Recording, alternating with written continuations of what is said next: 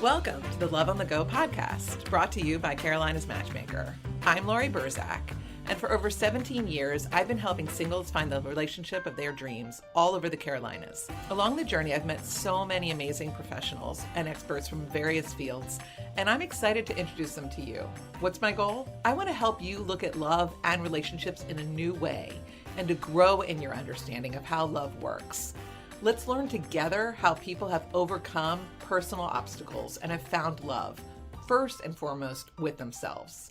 The ultimate goal is realizing that you are worthy and deserving of love. Let's get started.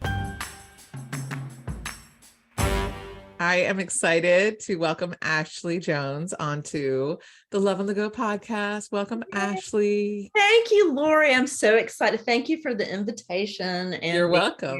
I'm so excited to join you this Friday. Yes, it's Friday. It's the Friday before Valentine's Day that we are talking. And I have my big event Saturday night, which we'll talk about it on a future episode.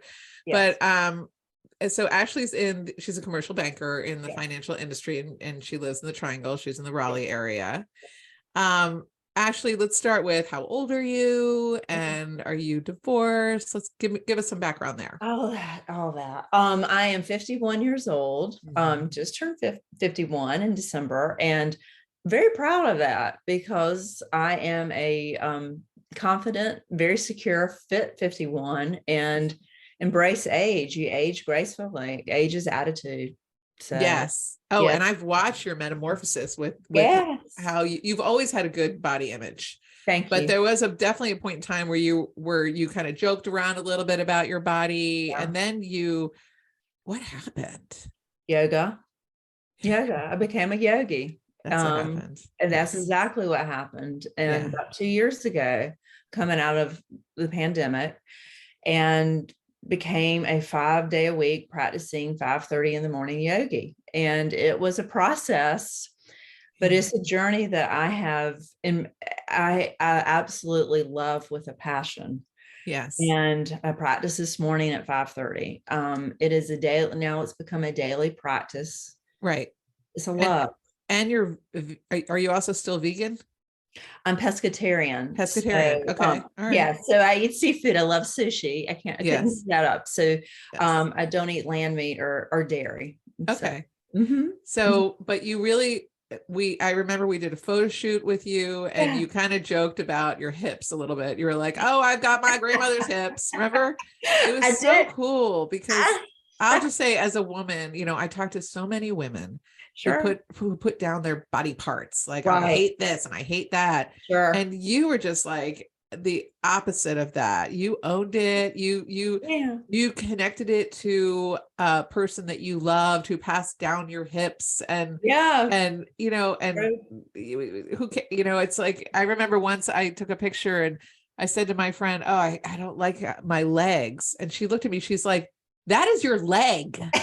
And I'm like, wait, oh yeah, that's my leg. I mean, it was just this weird epiphany of why am I hating a body part that gets me around and, allows me to enjoy my life. And I don't know, you just had a really, thank you. I loved how you were, because I'll work with a lot of women. They look at their pictures, which are always beautiful. And they say, "Oh, I hate how I look, oh, this, and that." And it's sad. It is sad. It's sad. And yoga, and I guess it could apply to anything. Yoga is really a mindset. It's not just a sport. But what it did for me is I found my confidence. I found myself again. Yeah. And I think what happens post my divorce, you lose yourself, or people tend to, and that's men and women, not just women. That's right. But it's not just a one gender thing. But yoga recentered me. It brought me back to my confidence, to my self-esteem. I use it as a pose. If it's a pose that's challenging, I can't do it this day, but in a month I'm going to do it. And I'm determined and I'm committed. And that's what it was, a journey. It's a continued journey. I love it. I'm deepening my practice. I'm doing advanced yoga now, and called Ashtanga. And I absolutely love it. And it saved me. It saved me from my grief of my father, who had passed 4 years ago, actually today. And It saved me from a lot. All of us universally dealt with the pandemic and the lockdown. Mhm. It brought me back to life. It really did. And I have a wonderful yogi community here in Raleigh. And I love it. I really I'm do. so happy for you. Thank And you you. and I have known each other for many years. So Yeah. you were divorced. Tell us, how old were you? Let's Oh, go down that rabbit hole for a sure. minute. Yeah. Yeah. How Yeah. old were you when you got married? How long did you know him Yeah. ahead? Did you see red flags in the beginning? Great How question. long? Yeah, all that. Yeah, yeah. So I met my ex post college. So we were Mhm. married in 1997 and met through friends. Mhm. And we were married 7 years, did not have children. So I hate to say clean break, but it was. Okay. No children. And now he's moved on and lives out of state. But I would say I was young. I was 25 when I got married. Right. So I was divorced in my do the math, 7 years, Mhm. early Mhm. 30s. And, What you was know, it about him that what you were attracted to in the first place, and then why ultimately oh did it not work out? yeah, in that age group, right? Mhm. Physically attracted to him. He's a Uh-huh. very nice looking guy. He was a doctor. He Mhm. is a doctor. Mhm. That too, the professionalism and that he was driven. Yes. Um, but his personality was smart and he was funny. And Okay. so, and I still like that to this day. That hasn't changed. Right. But I think the whole romantic, the idea of love, oh, we're in love, young love, we were both caught up in that. I mean, we both were. So So what happened? he strayed. Um, Okay. yeah, he strayed. And about in the last year of the marriage, unfortunately. Yeah. And And I, did you find that you weren't as close when that happened, or was it like a yes, complete surprise to you? it was a combination because Mhm. we were in marriage counseling at the Mhm. time. We were trying to work on our marriage. He had some family things that were surfacing Mhm. that were causing some of his depression. We were living in Durham at the time. Was a physician at Duke at the time, and Right. so it was tough. I'll be honest with you, it was pretty tough, but I found out through a third party and then we parted ways and as best as we could. So he owned it. So I'm yeah. assuming that he did not end up with the woman that he strayed with. No, he didn't. He Yeah. eventually met somebody else and Yeah. lives in the Midwest. So Mhm. mhm. And so that's kind of what I've observed is when people do stray, it's not often for that person. It's just kind of a reason to, boost their self-esteem because they don't have enough of it. You mentioned he was depressed. And Yeah, then also just kind of have like a reason for the marriage to end instead of just really handling it and just being like, this just is not working. right. And that goes Mhm. back to age. I mean, you know this in the field you're in. I mean, Yeah. it's an age, emotional intelligence. I have Yeah. much more emotional intelligence 20 years later than I did then, and how to handle and cope and deal with a crisis situation, which is, a marriage that's starting to crumble. So, Do yeah, you think it's possible? Do you feel like if you were older and you had this emotional intelligence and he strayed while he was depressed, right. that you could have gotten over it and somehow worked through it? If he had, yeah, we probably, I think, I don't know. I mean, he would have to be on the same wavelength as me. Mhm. In terms of maturity. I Mhm. think we could have. I mean, I divorced him, so it was me Mhm. that pulled, called the attorney. Um, it depends on the counselor, the people that we had to Yeah. help us work through it. And was he committed? I mean, there was some immaturity on his part too. Mhm. So were we there at that stage of our life in terms to deal with something like that? Now, in middle age, that may be a whole different thing. Mhm. But when you're in your younger part of life or stage of life, Mhm. it's different. It's just Yeah. different. So, as you know. Yeah. Yes, absolutely. Mhm. So you were divorced at 31, early 30s, and then you came and worked with me with Carolina's Matchmaker like Yes. 4 years ago or so. So what Yeah, happened in between those two times? Did you have I long-term did. relationships? Did I did. you get closer? Fill us in on that. Well, I ran a few marathons in between there too. So that was a different chapter of my, and that's what I was in love with in running. Okay. So I met through a friend, John, another John, whoops, I shouldn't say names, but I dated him for about 11 years, and it was Okay. an on again, off again relationship. And Mhm. that was a lot of self-growth now, looking back with mental clarity. Mhm. Can see where we probably should have parted ways probably after the second year. But we were both trying to make it work. Mhm. A lot of self-growth since that relationship. That was probably the toughest relationship I've had in my adult life. What So was it specifically? Is it that you just kept thinking, I can make this work if, I'll just forget about this? Like, what was like the main thing? I won't say that he has some narcissistic tendencies. I Okay. was aware of narcissism at that time. Like we Right. all have more of our whole world has more of an understanding of that. Mhm. That's something you can't really work with. You have to part ways. So he was gaslighting you and making you Yes. feel like what your truth was not in fact true.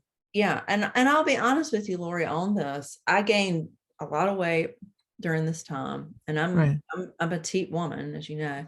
Mhm. And I gained a lot of weight and lost myself in that relationship. Okay. And trying to make it work, and lost myself. And my family and I, we've talked about it. And a lot of that, I think, was because my marriage had failed.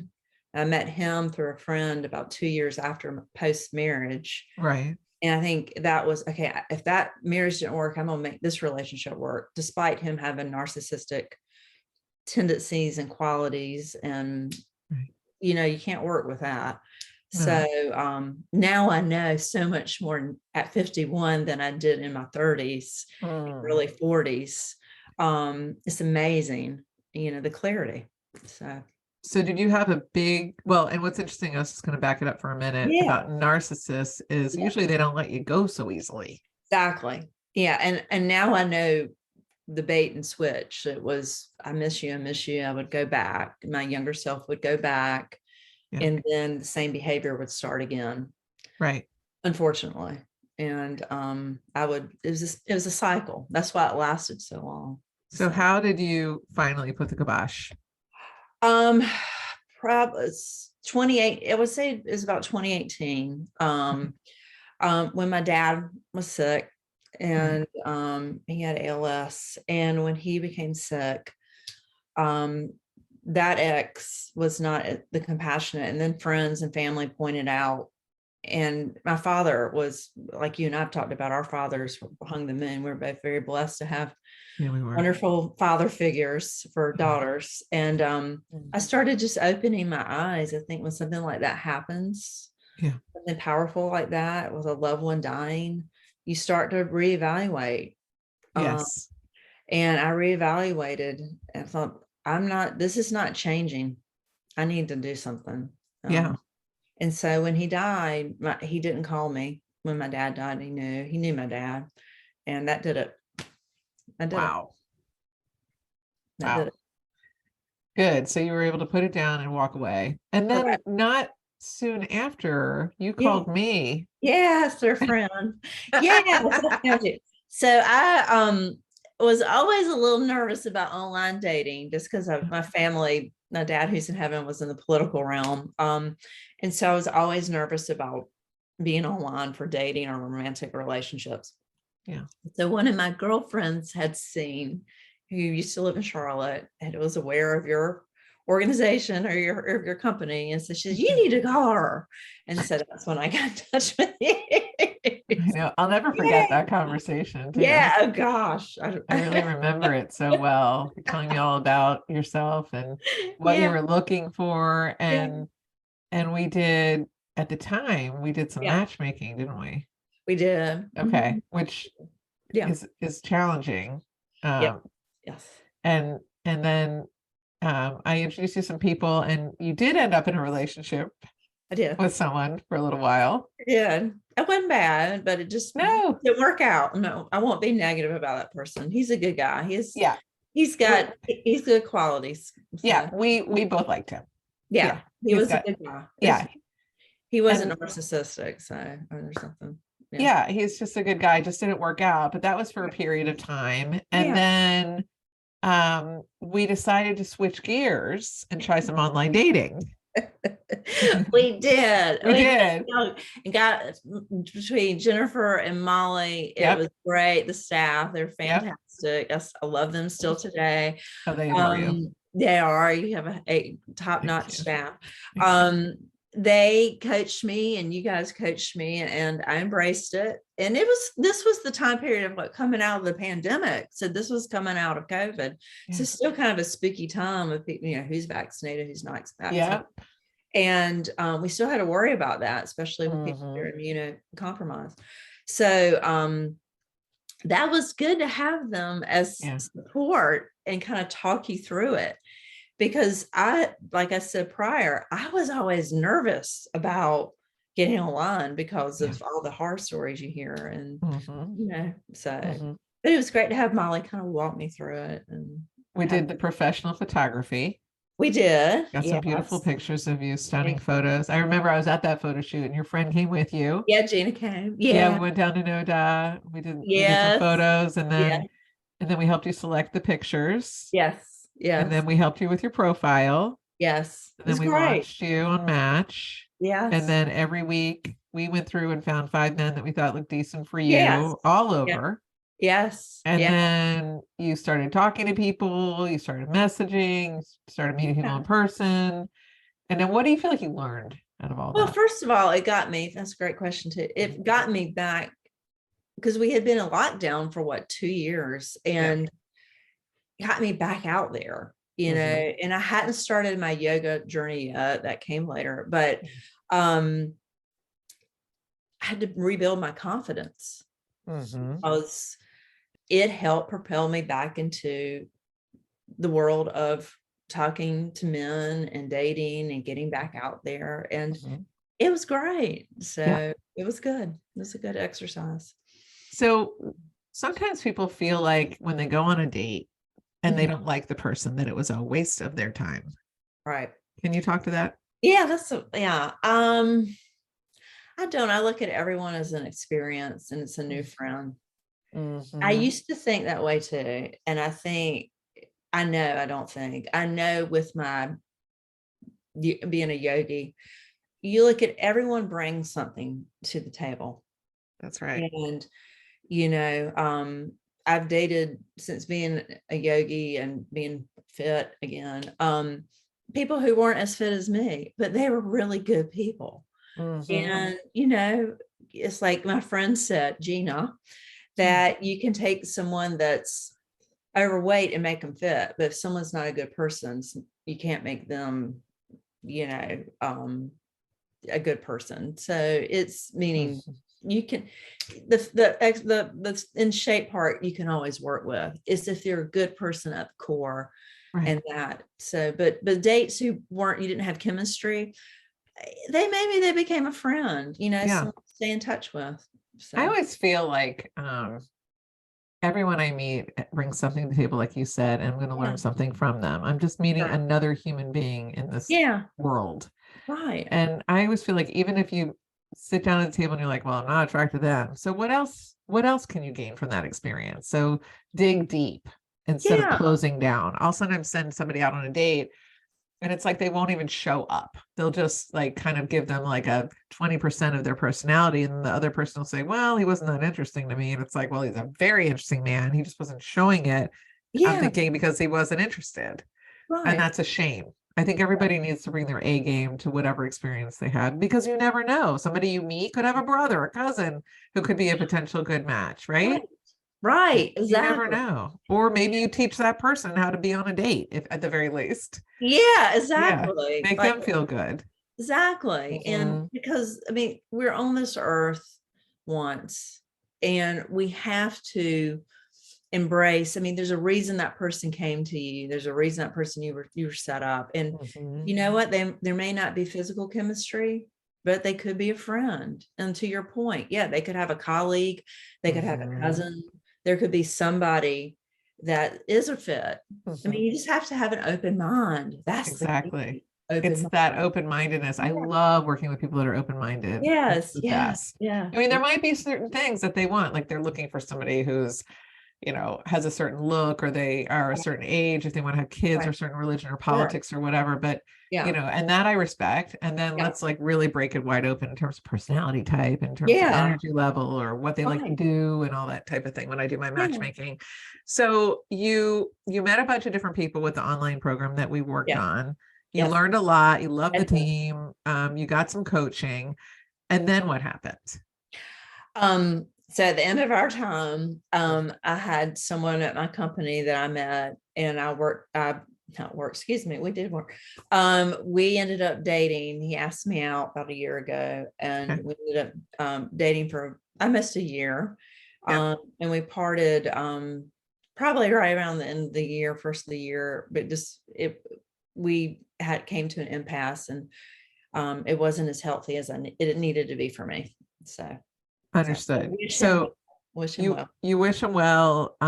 He wasn't living a healthy enough lifestyle for you, is what it Right. sounds like to me. Yes. Okay. And then you recognize once again that while you would have loved for it to work out, Yeah. it didn't. And that was probably kind of hard, because I saw you were traveling all over Yes. and obviously having a ball. Yes. Yes. And it's hard to walk away from something when you don't have something else. And I think that's what keeps a lot of people in relationship.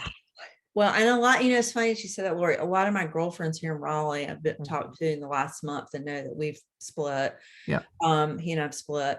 They're like, Ashley, I don't know how you could, and some are married, some are divorced, most of them are married, but they're like, that's so proud of you for walking away, knowing that we had traveled over, to Europe and done all these fabulous trips. But it's not about the trips. It's about if he's healthy, and can he communicate the way I need him to communicate. And that's the difference compared to my 20 version of myself, compared to my middle-aged version of myself. And you were able to walk away and with comfort, because you knew that you were doing something good for yourself. Exactly. And then you could just sit back in that and not feel despair or second guess yourself. You gave it a lot of thought. You realize this is not what you needed and wanted in your life. And I mean, I think we could just say it was an addiction. I mean, I think it's safe to say that. Okay. Yes. And that he had. And it takes a lot for somebody with an addiction to get well. And it takes a lot of work and for them to kind of get out of the dating scene for a minute and work through whatever it is they have. And they can be wonderful people to date and to marry. But he needed to do that work, which he hadn't done yet. Right. And I don't even know that he realized that he needed the work or accepted that he had a problem, which is one thing you can do. Right. With that type of issue. And I haven't talked to him. I haven't communicated since that happened. And that's the healthy way to for me. It's about my life.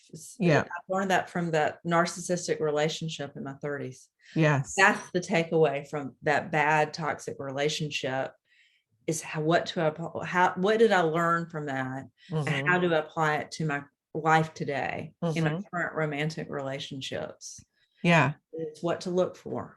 And Right. And it did take you a while to see that red flag, didn't it?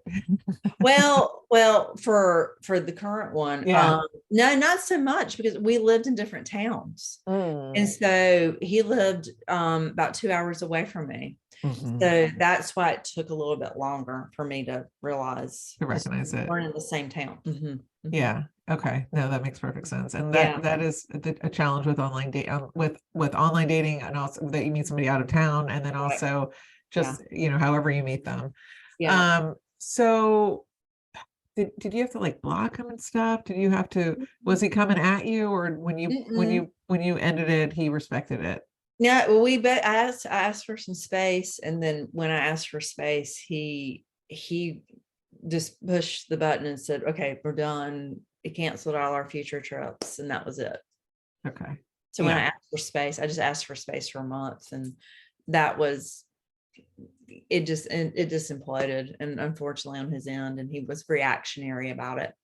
Right. and the reactionary was in text, and I never replied back to it. Oh my goodness. And that's why I thought, this isn't healthy. This is a sign. And my girlfriend said to me, Ashley, that's a sign. Be grateful you saw that side, because we only saw each other on weekends. Mm-hmm. So yeah, that's one of the challenges sometimes of long distance dating. So yeah. I'm just going to say it. I Yeah. hate handling conflict on text. Yeah. And I never replied Pick up back. the freaking phone. Yes. Right. Thank you, Laura. Yes. Or do a FaceTime if you're in a long distance relationship with somebody, or whatever, but don't text message. Now, I know that nowadays you have to deal with conflict via text sometimes, but there's a lot of people that are just not good at texting, and that can easily ruin a relationship. And I think it also, just on a tangent about texting, is I feel like it is so hard for my clients and from people that I speak to that are single to sustain that kind of high energy level, excitement, banter, whatever, right after a first date, between the first date and the second date. Like, how much texting do? You don't want to suffocate somebody. You don't want to jump into the middle of the relationship. You know, you don't want to necessarily, assume things. People don't always understand people's sense of humor. If it's sarcastic or whatever, it's like right on the line. People get insulted, or somebody is busy and they don't have time to be texting, and then they get insulted. The other person gets insulted that they didn't respond right away. And it's a whole thing. And you don't text again if you were the last one to text. And it is so hard. So many misunderstandings and interpretation and wrong. I mean, that's why picking up the phone for me, even when I was doing the online dating with your program, I would always say to someone, let's talk on the phone, because I would want to hear the phone, hear the inflection in the voice, just have that phone rapport, and just understand, hear their personality, just what type of person. But this again, I'll learn from this. This was the relationship I just got out of. Again, he's not a bad guy. He has kids. He's a wonderful father. It's not for me. It's just for me. And that's perfectly fine. And so it sounds like I've sort of seen your metamorphosis, and you've described it so well, where, your 20s versus, and kind of losing yourself and then finding yourself, and then not losing yourself in the last relationship, but not seeing things as clearly. It took you a minute to see it clearly, and then you realized it, and then you were able to end it. Right. And so who's next? I don't know. My girlfriends are all working on that. I'm going to keep my eyes out too, for sure. Thank you. I will. I will. That's another thing when you're, when you're middle aged, is that you can be selective. And the good thing, having had relationships that didn't work out, and I always think back to my toxic one in my 30s and 40s. That was the longest one. I can pick up on a red flag pretty quick now, and there's just certain behaviors that I can figure out pretty quickly. Dating. That's why the old saying, you should date someone every season. Yes. And that applied to this current relationship, because we did have commonality in our work worlds. And I had, of course, colleagues like, hey, what happened? I'm like, and my script was, because I wanted to be respectful, this is why you date every season. I was not going to badmouth or be disrespectful, because he's a good guy, but you date every season, because you need to see how someone handles conflict, how someone, if they're empathetic. Okay, that's something in my middle age. You have to have empathy. You have to be empathetic. Right. And if you don't have that, he did have that because he had kids and he's great with them. But others I've been with, I mean, that's a non-negotiable if you cannot be empathetic. Yeah. Well, one trend that I see, if I'm really being real about evaluating, is all three of them have not really had self-awareness. Yeah. Right. Agreed. Right. Agreed. Okay. So that's what we need to look for your next match. Yes, exactly. Somebody that's very self-aware. Yeah. And all three are highly intelligent. I mean, and this one was Ivy League. And But Mhm. yeah, the empathy, the how you communicate, get off the text, let's have a phone call, Right. I mean, the text I think is a safety for some people, and yeah, it's good to banter and Mhm. Mhm. but the serious things need to be over the phone or in person. So Yeah, for sure. All right. So since I have you on this platform, yes. there could be a nice gentleman that's listening, or a female who's like, oh my God, she'd be great for my brother. So True. what are you looking for in someone? Okay. Well, first of all, I am someone that practices yoga. They don't have to be Right. a yogi, but they need to care about fitness. So that's Okay. important. So taking care of themselves and Mhm. taking care of themselves mentally and physically. Okay. Um, Empathy. I go back to it. That's Okay. like my word I'm on because it's real, it's true, and they have to have empathy or be empathetic. Someone that's a good communicator, someone who's honest, Yeah. who's honest. That's Yep. a good one. Um, What about age range? How high would you date? Probably not past if they're healthy 60. Okay. 60 would be my limit. If That's they're fair. It's healthy. 9 years up. And then what about, would you Yeah. date a younger man? Yeah, I mean, if they already have kids and they don't want kids and they're Yeah. okay with that, that's fine. Yeah. Oh, you're going way young. Oh no, I wouldn't go below 38. I mean, no. Wait, how old are you again? 40, Just kidding. 40, 40. All right. So you're 51, you date 40. Got it. Okay. All Yeah, it seems right. like a lot of younger guys like mature women. Again, if the kids aren't in the picture, then it's you never know. So You don't. I mean, I think that's a great idea. yeah, I tell everyone I know you should date younger men yeah, for sure. yeah, yeah, all the yeah. all the older dudes listening to me are like, stop it, Lori. We like to date the younger women. Like, fine, whatever. You do you. There's But literally no reason why you should not be dating a younger man. No, right. no I mean, reason at all. look, I didn't have children. And there's nothing wrong with having children. Are great. They're wonderful. And I Yeah. would always date guys that have kids, and I love. They're always love their kids. But and I will miss those kids. I met his kids. They're great. But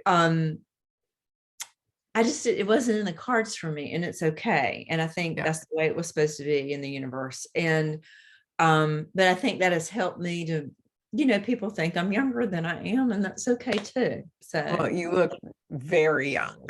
thank you. And Yeah. that's probably that and diet and going to bed every weeknight between 8 and 8:30 and Oh my waking up at goodness. 4:15.